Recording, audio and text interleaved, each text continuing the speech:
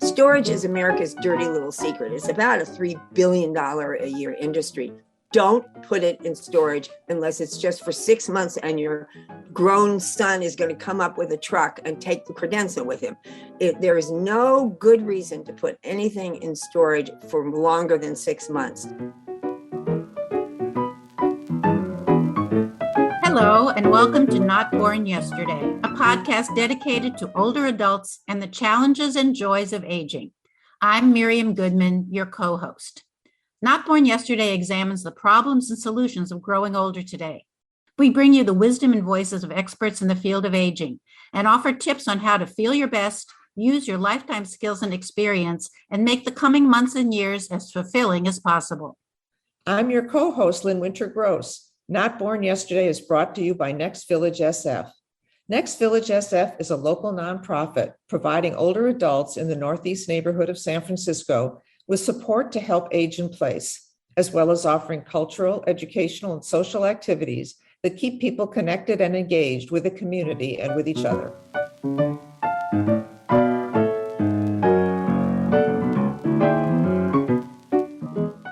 Almost 2 years ago, when most of us realized that the pandemic was not going away anytime soon, we started looking around our homes and decided to downsize. It didn't necessarily mean we were ready to move to a smaller place or even move across the country. It was more about paring down our possessions and simplifying our surroundings.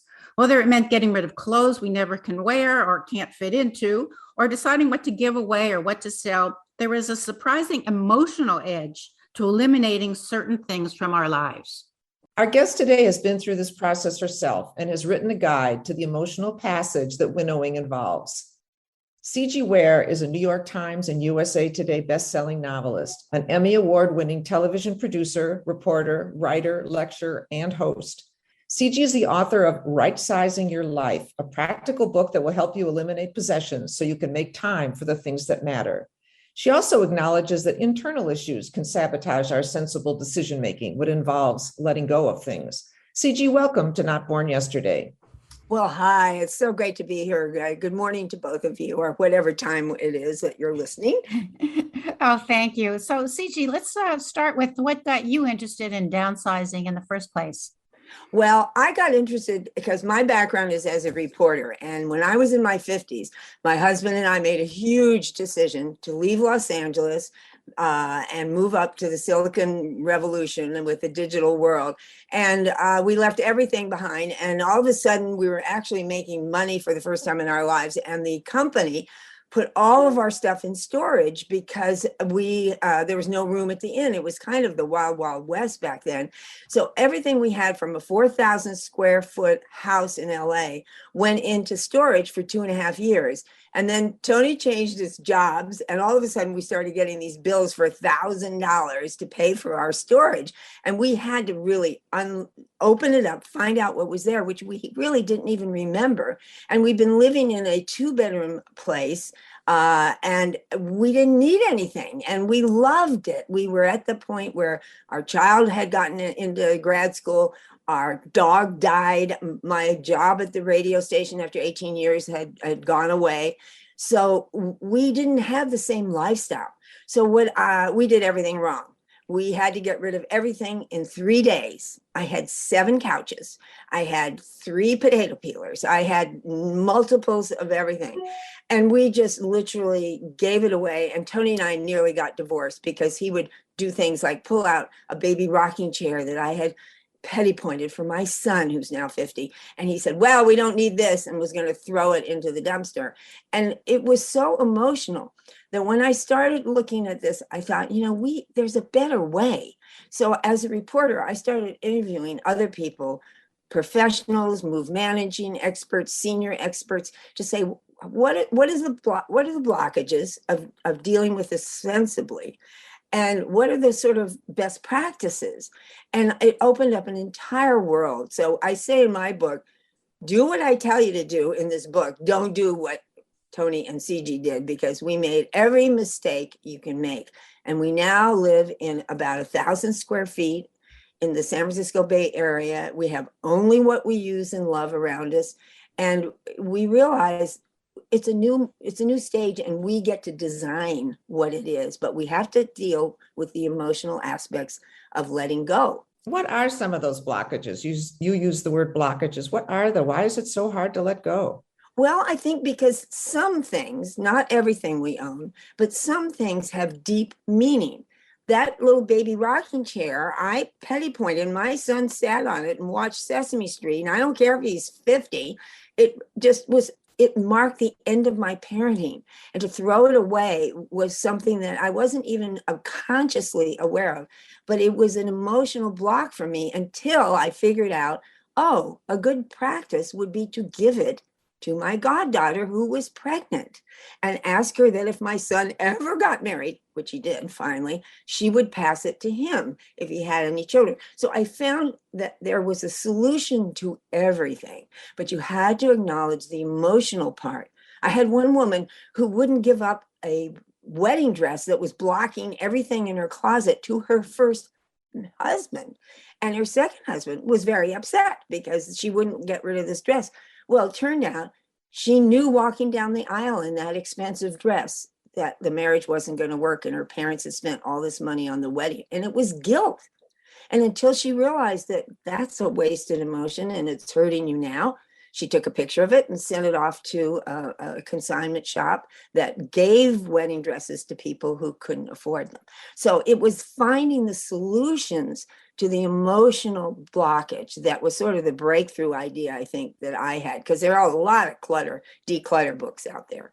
But what is it that blocks you? Blocks you from giving up photographs, blocks you from not getting rid of your 99 mustard pots that you've collected over the years and that you have no room for. It's that question. Why is it important to you? And then figuring out a solution to release it to the universe if you absolutely can't keep it, or say, I'm keeping it, I don't care. But it's your design, you get to decide. If somebody's ready to right size, where should they begin? Well, I found now, as I consult with a lot of people, and what the best thing really to do is to start small. I call it the one draw at a time technique, where you pull out your kitchen drawer that is just a complete jumble. You put everything on the table. You choose the things you use now that you like, that work, and you put that back and you deal with the rest. So choose the best of the best, get rid of the rest is this sort of bromide, but it starts one at a time. You've got a million shoes. Pull them all out of the closet. Pick the 10 pairs that you actually wear, that fit, that are comfortable, that look nice, and dispose of the rest in a responsible way, which is either giving it away to a place like Goodwill or finding people that can use it, and opening your mind up to out of the box thinking of where should this stuff go. So speaking of age, right sizing, it really isn't just for older adults. Young people just starting out start to accumulate so many things that they think are important. Is there anything you can suggest that people think about before they make a purchase? Well, I think we all do that no matter what age. I mean, I've ended up buying the same pair of slacks from an online purchaser, forgetting I even had it. I think we have to be more mindful of what we own and what we need and what we truly need and what we actually use. And I think young people, the young people I know, they're acquiring a lot of stuff just like we did.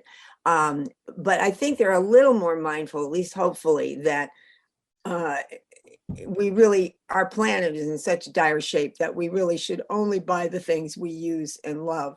But I think that what's really interesting for our generation, the older generation, is that these kids don't want our stuff by and large. I had a beautiful Belique set of china from Ireland that my mother gave to me. And my beloved son said, Mom, we like stoneware. We don't want silver and we don't want china.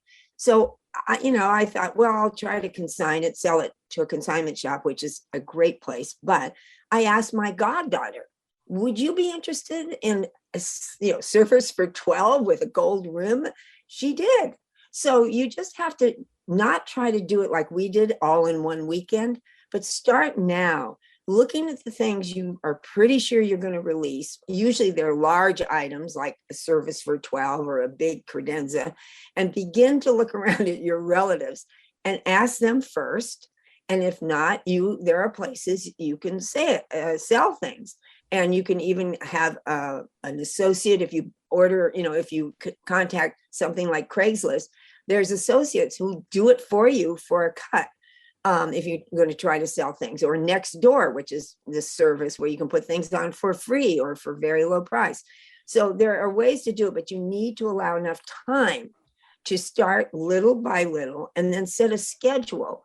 Maybe every Saturday for 2 hours, you're going to tackle this closet or that basement or whatever, and just chunk it out in smaller bites, and don't try to do it all at once, because you'll just get frustrated and you won't do anything. You mentioned when you started talking about people using storage units, and I know so many people that have all their stuff in storage. And I know at one point I had my stuff in storage, and I thought if there was a fire down there, I wouldn't have a clue what had burned. It's just been so long since it's been in storage, and then paying for it every month. Why did And we you do didn't that? care, really, did you? What was No. down there if it had burned? That was exactly us. I am called the Rightsizing queen. I said, no, I did everything wrong. We put some stuff of ours in storage for 15 years. We could have gone on 99 trips to wonderful places with the money we spent. Storage is America's dirty little secret. It's about a $3 billion a year industry. Don't put it in storage unless it's just for 6 months and your grown son is going to come up with a truck and take the credenza with him. There is no good reason to put anything in storage for longer than 6 months. And it comes back and bites you. And we finally, here was my reason. I had an 1840 rocking chair from my great-great-grandmother, and I felt so responsible. So I put that in storage, and then I put all this other stuff in storage, and then it was insane. Finally, after 15 years, I said, we got to do something. So I found a relative who would take the damn rocking chair, and I sent it to Missouri, believe it or not, and got rid of everything else. Ciji, what about all those old photo albums? You mentioned photo albums, and I know you can put all those photos on a thumb drive, but we like to look through those old photo albums. Well, what I do, and what I did, because I was a reporter and we traveled the world, and we have a big family. I mean, we had zillions. I mean, literally, I had over 44,000 photos on my iPhone, and I've only had an iPhone for 10 years, right? What I think you have to do is think of these criteria as you're looking at photos. Number one, yes, you can scan everyone. And there used to be scanning apps, but I just take a picture of the picture and it's fine. And what I did was that I went through, I had an illness where I had to sort of stay home for 3 months. And I used that time to look at every photo I had. I had boxes of paper photos. And I took photos of the photos that I really cared about and kept the archival old photos from 1890 and my family. But I think what you have to do is look at each photo and say a couple of things. Do I recognize the people in it? Do I like the people in it? Is it a decent picture of the people in it, or do they have their eyes closed? And is it a good picture of me? And I think when you answer all those questions, you go, doesn't make the cut into the garbage. I wanted to go back a little bit to the emotional part of getting and giving and getting rid of, et cetera. Can you explain, or maybe you have some anecdotes from people you've talked to about the freedom you feel once you have right-sized? Well, I'm a testament to that too. I mean, we went 4,000 square feet. We now live in under 1,000.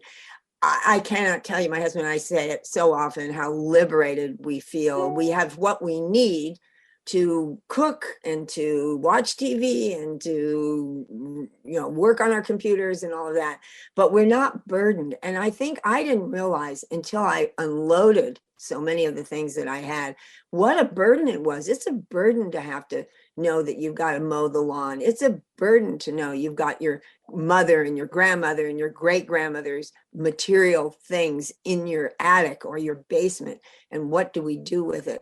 And I think there is just a true liberation.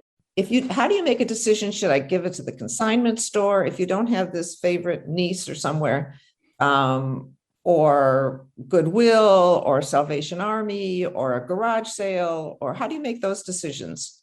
Well, I think you make them based on where you live and what outlets are available. But in the back of the book there, I did a resource guide, which is now fairly out of date, although the topics are not. And what I do, I like one time my husband was sorting through clothes and he hung them, took all his slacks out, say, and hung them up. And then I put bags, grocery bags, and I marked them with a Pentel pen, trash, mend, donate, gift. And there were those things were there. So as he went through, he could put them in the proper place where they were going. I think part of the trick of doing this is knowing where might the stuff go.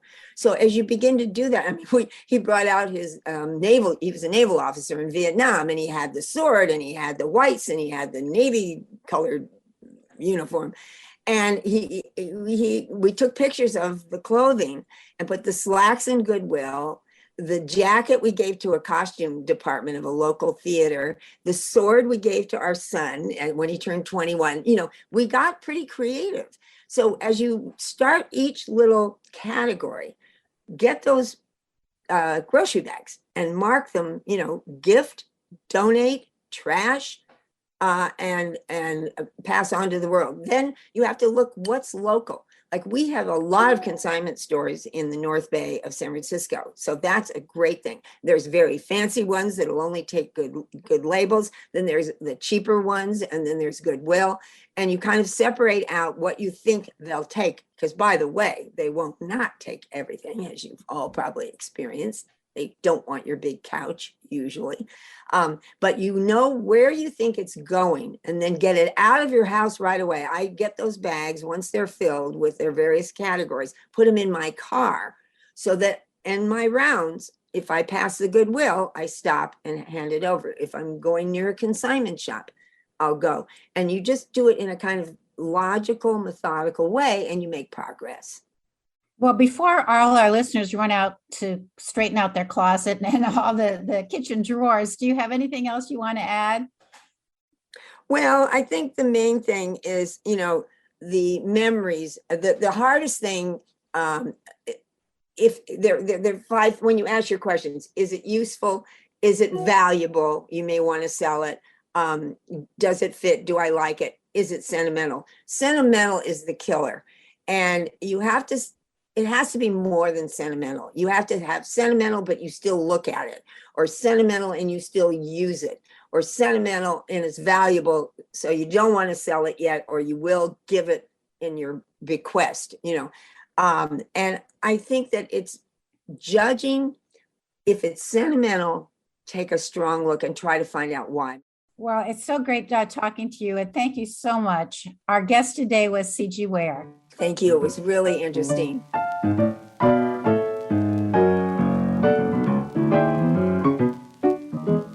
One thing none of us want to do is downsize our lives. We all have stories to tell about our childhoods, the community where we grew up, our relationships and our careers, all of our life stages, which determined who we are today and we think are so interesting. Certainly they must be of interest to others, right? What can we do with these stories? Are our children or grandchildren really interested? Some older adults have found great satisfaction in writing memoirs. They can be written for just the author only, or to be shared with family and or friends. Memoirs are a collection of memories in a narrative story form, weaving together and giving meaning to various threads of our lives. They're different from autobiographies as they don't have to go in chronological order. The writer can pull together related events from different periods and turn them into a story. Personally, a memoir can better help us understand ourselves with a fresh look at our past. How did we get to where we are today? What motivated us along the way? Writing down our experiences may give us a chance to see our past differently, maybe even more benevolently, perhaps with less judgment. If the writer wants to keep the memoir private, that's fine. If, on the other hand, the memoir is shared with others, it builds a connection that can provide comfort and encouragement to family members and friends. How many of us wished we had asked our parents or friends to write a memoir so we could know more about them? You don't have to be a professional writer to write a memoir. You just have to be curious and see what happens when you sit down to write. You may find it compelling to look at your past with fresh eyes. And if you want to learn more about how to write your memoir, there are many online and in-person memoir writing classes in most communities.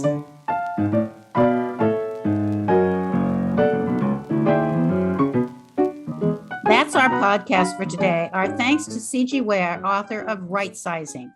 Our theme music is from Hook Sounds. You can learn more about Next Village SF by going to the website nextvillagesf.org. And thanks to you for listening. We would love to hear what you want us to discover and discuss. Please contact us at notbornyesterday@nextvillagesf.org. Be well, stay strong, and remember, you weren't born yesterday. I'm Lynn Winter Gross. And I'm Miriam Goodman.